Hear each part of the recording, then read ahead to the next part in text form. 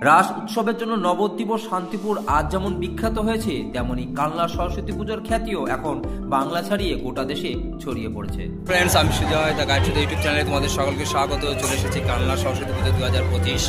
আজকের এই ব্লগে তোমাদের কালনার যে বড় বড় সরস্বতী পুজোর অনুষ্ঠান সবই ঘুরে দেখাবো। দেখতে সঙ্গে আমার সঙ্গে। বহুকাল যাবৎ ইচ্ছা ছিল কালনার এই সরস্বতী পুজো নিজের এই চর্মচক্ষে দেখে তার যে মুগ্ধতা সেটা উপলব্ধি করব। সেই ইচ্ছা পূরণের উদ্দেশ্যে আজ আমার ছুটে চলা কালনা শহরের উদ্দেশ্যে। আর সেই যাত্রাপথে আমার সঙ্গী এই গঙ্গা নদীর। ফ্রেন্ডস, এখন আমি লঞ্চে দাঁড়িয়ে আছি। আমাদের কিছুক্ষণের মধ্যেই এই ট্রলারটি ছেড়ে দেবে আমাদের কালনাঘাটের উদ্দেশ্যে, অর্থাৎ নিশ্চিন্তপুর ঘাট থেকে আমরা কালনাঘাটে চলে যাবো। ততক্ষণ দেখতে থাকো তোমাদের সম্পূর্ণ এই পূজা ব্লগের মধ্যে কীভাবে এলাম সবটাই দেখো। বিদ্যা ও জ্ঞানের দেবী হলেন সরস্বতী। হিন্দু ধর্মমতে সৃষ্টির দেবতা ব্রহ্মাই প্রথম তার স্ত্রী সরস্বতীর পুজো করেন। পরে গোটা জগতে দেবী সরস্বতীর পুজো প্রতিষ্ঠা পায়। এখন সেই দেবী সরস্বতীর সর্বশ্রেষ্ঠ আরাধ্য ভূমি যেন হয়ে গিয়েছে পূর্ব বর্ধমানের এই কালনা।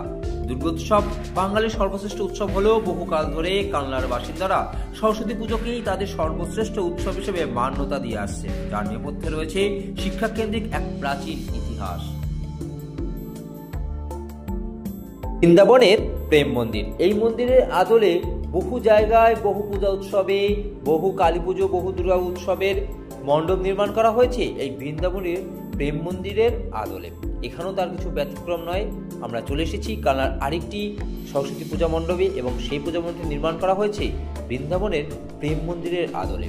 চলো বন্ধুরা, এই পূজা মণ্ডপটি ঘুরে দেখে আমরা এগিয়ে যাব আরও কয়েকটি বড় বড় এবং বিখ্যাত কালনার সরস্বতী পূজা মণ্ডপের উদ্দেশ্যে। সরস্বতী পূজাকে কেন্দ্র করে সমগ্র কালনা শহর যেন এক অন্য মায়াবী পরিবেশে পরিণত হয়েছে। প্রায় প্রতিটি জায়গায় আমরা সুন্দর সুন্দর মেলা বসতে দেখেছি, প্রচুর প্রচুর মানুষের সমাগম এবং সবথেকে বড় ব্যাপার স্থানীয় মানুষের যে আন্তরিক ভালোবাসা এবং প্রচেষ্টা এই পূজা উৎসবগুলিকে এক অন্য মাত্রায় নিয়ে যায়। চারিদিকে বিভিন্ন মেলার দোকান বসেছে এবং বিভিন্ন ব্যবসায়ীরা এসেছেন তাদের বিভিন্ন সামগ্রী নিয়ে, সেদিকে তো লক্ষ্য থাকবেই আমাদের। তারপর আমরা এগিয়ে যাব কালনার একটি অন্যতম বিখ্যাত অগ্নিবীণা ক্লাবের পূজা মণ্ডপের দিকে। এবছর তাদের এক অভিনব ভাবনা তারা তুলে ধরেছেন সকল দর্শনার্থীদের জন্য। কেমন, অবশ্যই সেটা আমাদেরকে দেখতে হবে। চলো বন্ধুরা, এগিয়ে যাই।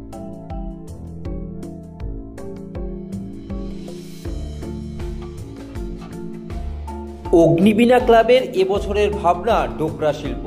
ঐতিহাসিক মান্যতা যদি ধরে নিই তাহলে প্রায় 4000 বছরের পুরনো এই শিল্পকর্ম।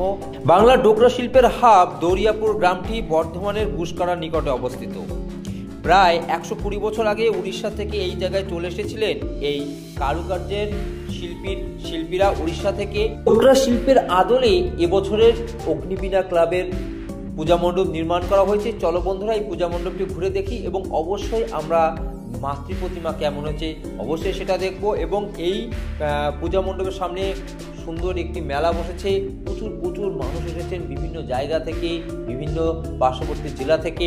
তারা এই পূজা মণ্ডপটি ঘুরে দেখছেন, আমরাও ঘুরে দেখব। যদি ভালো লাগে সেটা লাইক কমেন্ট শেয়ার করে দিও। তারপর আমরা এগিয়ে যাব আরেকটি পূজা মণ্ডপের দিকে।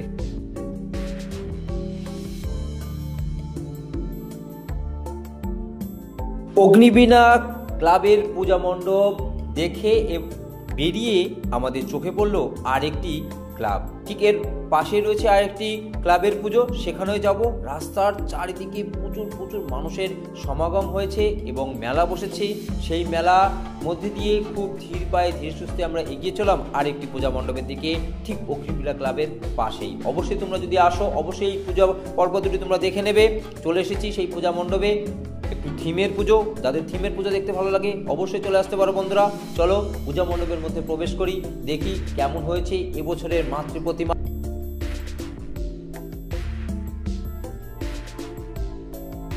অগন্তি মানুষের সমাগমে সমগ্র কালনা আজ মুখরিত।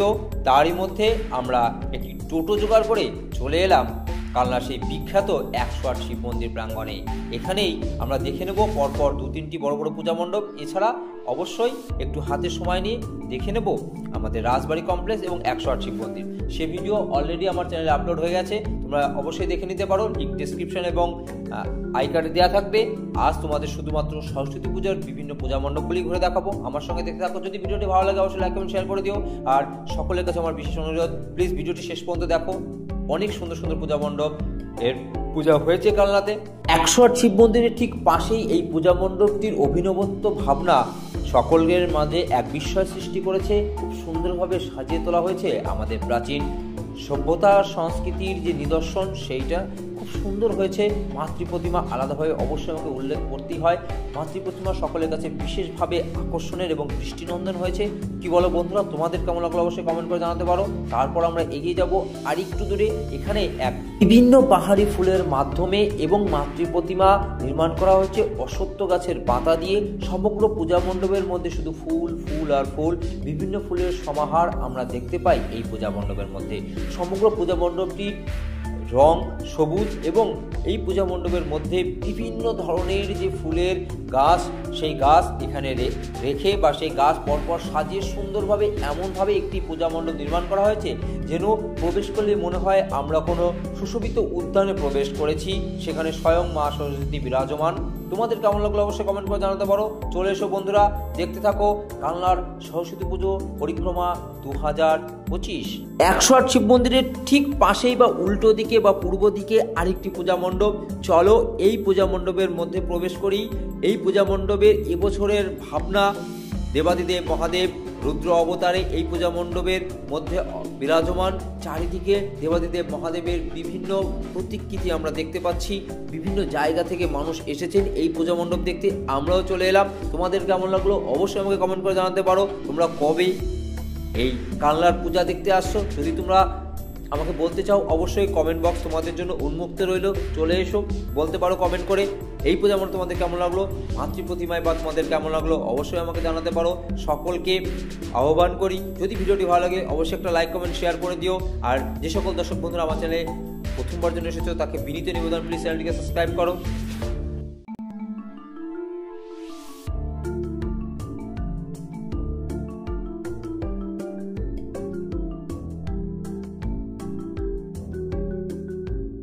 একশো আট শিব মন্দির থেকে কালনা ঘাটের দিকে এগিয়ে আসলেই তোমাদের চোখে পড়বে আরেকটি পূজা মণ্ডপ।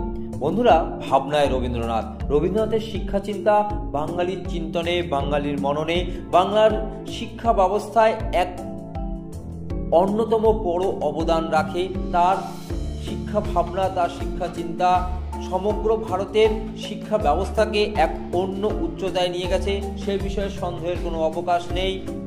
সেই রবীন্দ্রনাথকে কেন্দ্র করে যে এত সুন্দরভাবে একটি পূজা মণ্ডপ নির্মাণ করা যায়, নিজের চোখে না দেখলে বিশ্বাস করা প্রায় অসম্ভব। এক অভিনব ভাবনার বাস্তবায়ন দেখতে পাই আমরা এই পূজা মণ্ডপের মধ্যে প্রবেশ করলেই। ভাবনায় রবীন্দ্রনাথ, তবু মনে রেখো, এক অসাধারণ রবীন্দ্রনাথের সৃষ্টিকে পাথেয় করে, রবীন্দ্রনাথের সৃষ্টিকে সঙ্গে নিয়ে খুব সুন্দরভাবে এই পূজা মণ্ডপ নির্মাণ করা হয়েছে। পূজা মণ্ডপে প্রবেশ করলে এক অন্য ধরনের অনুভূতি হয়। রবীন্দ্রনাথের সৃষ্টিকে এভাবেও যে তুলে ধরা যায়, শিক্ষার দেবী বাগদেবীর আরাধনায় রবীন্দ্রনাথ এক সত্যিকারের প্রশংসার দাবি রাখে। এই পূজা মণ্ডপ নির্মাণকর্তাদের উদ্দেশ্যে আমার সত্যিকারের শুভেচ্ছা রইল তাদের এই অভিনব ভাবনার জন্য। তোমাদের কেমন লাগলো অবশ্যই আমাকে কমেন্ট করে জানাতে পারো। চলো বন্ধুরা, এই পূজা মণ্ডপ দেখে আমরা এগিয়ে যাব আরেকটি অভিনব পূজা মণ্ডপের দিকে। পূজা মণ্ডপের প্রবেশদ্বারে রয়েছে বিশাল এক বাস পাখি। তারপর সেই পূজা মণ্ডপের মধ্যে যদি আমরা ধীরে ধীরে প্রবেশ করি, কিছুদূর এগিয়ে গেলেই আমাদের আরেকটি পূজা মণ্ডপ চোখে পড়বে। সেখানে ব্রহ্মার 3টি মাথা আমাদের দেখতে পাই। ঠিক তার মধ্যেই আমরা প্রবেশ করলে এবছরের এক অভিনব মাতৃ প্রতিমা আমরা দেখতে পাবো। সনাতন ধর্ম সকল ধর্মকেই শ্রদ্ধা জানাতে জানে। এই পূজা মণ্ডপের ভাবনায় মাদার মেরি, সেই ভাবনাকে কেন্দ্র করেই এবছরের মাতৃ প্রতিমা এবং পূজা মণ্ডপ নির্মাণ করা হয়েছে। তোমাদের কেমন লাগলো অবশ্যই কমেন্ট করে জানাতে পারো। মাতৃ প্রতিমা দেখার জন্য দূর দূর থেকে দর্শকরা এসেছেন, তারা মাতৃ প্রতিমা দেখছেন, মাতৃ প্রতিমার সঙ্গে নিজস্বী তুলছেন, মুঠোফোনে বন্দি করে নিয়ে যাচ্ছেন স্মৃতি হিসাবে। তোমাদের কেমন লাগলো নেতাজি তরুণ সমিতি। এবছর তাদের ভাবনা বারাণসীর ঘাট। বারাণসীতে বিভিন্ন যে ঘাট রয়েছে সেই ঘাটের আদলে এবছর তাদের পূজা মণ্ডপ নির্মাণ করা হয়েছে এবং পূজা মণ্ডপের মধ্যে যে অভ্যন্তরীণ সজ্জা সেখানেও সেই বারাণসী ঘাটের যে ছবি বা সেই দৃশ্য আমরা লক্ষ্য করতে পারবো। চলো বন্ধুরা, আমরা সেই বারাণসী ঘাটের উপলব্ধি পেতে তার এক ভাবনা কেমনভাবে বাস্তবায়ন করা হয়েছে এই পূজা মণ্ডপের মধ্যে দিয়ে সেটাই চাক্ষুষ করতে চলে এসেছি। আমার সঙ্গে দেখতে থাকো। যদি ভিডিওটি ভালো লাগে অবশ্যই লাইক কমেন্ট শেয়ার করে দিও। যদি তোমাদের এই পূজা পরিক্রমা ভালো লেগে থাকে অবশ্যই আমাকে কমেন্ট করে জানাতে পারো। ভিডিওটি ভালো লাগলে অবশ্যই আপনজনের কাছে প্রিয়জনের কাছে তোমরা পৌঁছে দাও। এই পূজা মণ্ডপটি আমার কাছে সত্যি খুব সুন্দর লেগেছে। এই ধরনের ভাবনা আমাদের আরও আগামীতে বিভিন্ন পূজা মণ্ডপের মধ্যে দেখতে পাবো, সে আশায় আমরা রাখছি। তোমাদের এই কালনার পূজা পরিক্রমা কেমন লাগলো? ভিডিওটি ধৈর্য ধরে শেষ পর্যন্ত দেখার জন্য তোমাদের সকলের কাছে অসংখ্য অসংখ্য ধন্যবাদ। এবং যারা এই ভিডিওটি শেষ পর্যন্ত দেখলে তাদের কাছে অবশ্যই একটি লাইক আশা করতেই পারি। কি বলো বন্ধুরা? যদি ভালো লাগে অবশ্যই লাইক করে দিও। আমার সকল দর্শককে সরস্বতী পুজোর প্রীতি ও শুভেচ্ছা, আন্তরিক অভিনন্দন জানিয়ে ভিডিওটি আজকে এখানে শেষ করছি। দেখা হবে নতুন কোনো ব্লগে। ততক্ষণ ভালো থাকো, সুস্থ থাকো। Thanks for watching.